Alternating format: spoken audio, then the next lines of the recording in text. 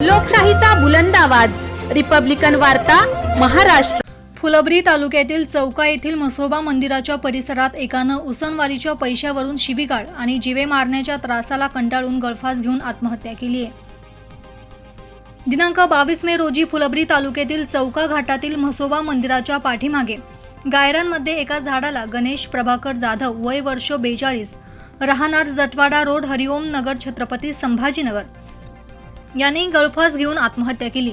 या प्रकरणी मैताची पत्नी छाया गणेश जाधव यांनी दिनांक 9 जून रोजी फुलंब्री पोलीस ठाण्यात तक्रार दाखल करत असे सांगितले की संगीता प्रकाश वाघ, शुभम प्रकाश वाघ तिन्ही राहणार मयूर पाक हर्सुल छत्रपती संभाजीनगर यांनी मंडप डेकोरेशनचे भागीदाराचे सामान जास्त घेऊन जाऊन शिवाजी काळे अर्जुन शिवाजी काळे दोन्ही राहणार पॉवर हाऊस जवळ मध्यवर्ती कारागृह छत्रपती संभाजीनगर या दोघांनी उसनवारीच्या पैशावरून मयत गणेश जाधव यास वारंवार शिवीगाळ करत जीवे मारण्याच्या धमक्या देऊन मानसिक त्रास दिल्याने मयत गणेश जाधव यांनी या त्रासाला कंटाळून नमूद आरोपींची नावे चिठ्ठीत लिहून आत्महत्या केली अशी तक्रार दिली।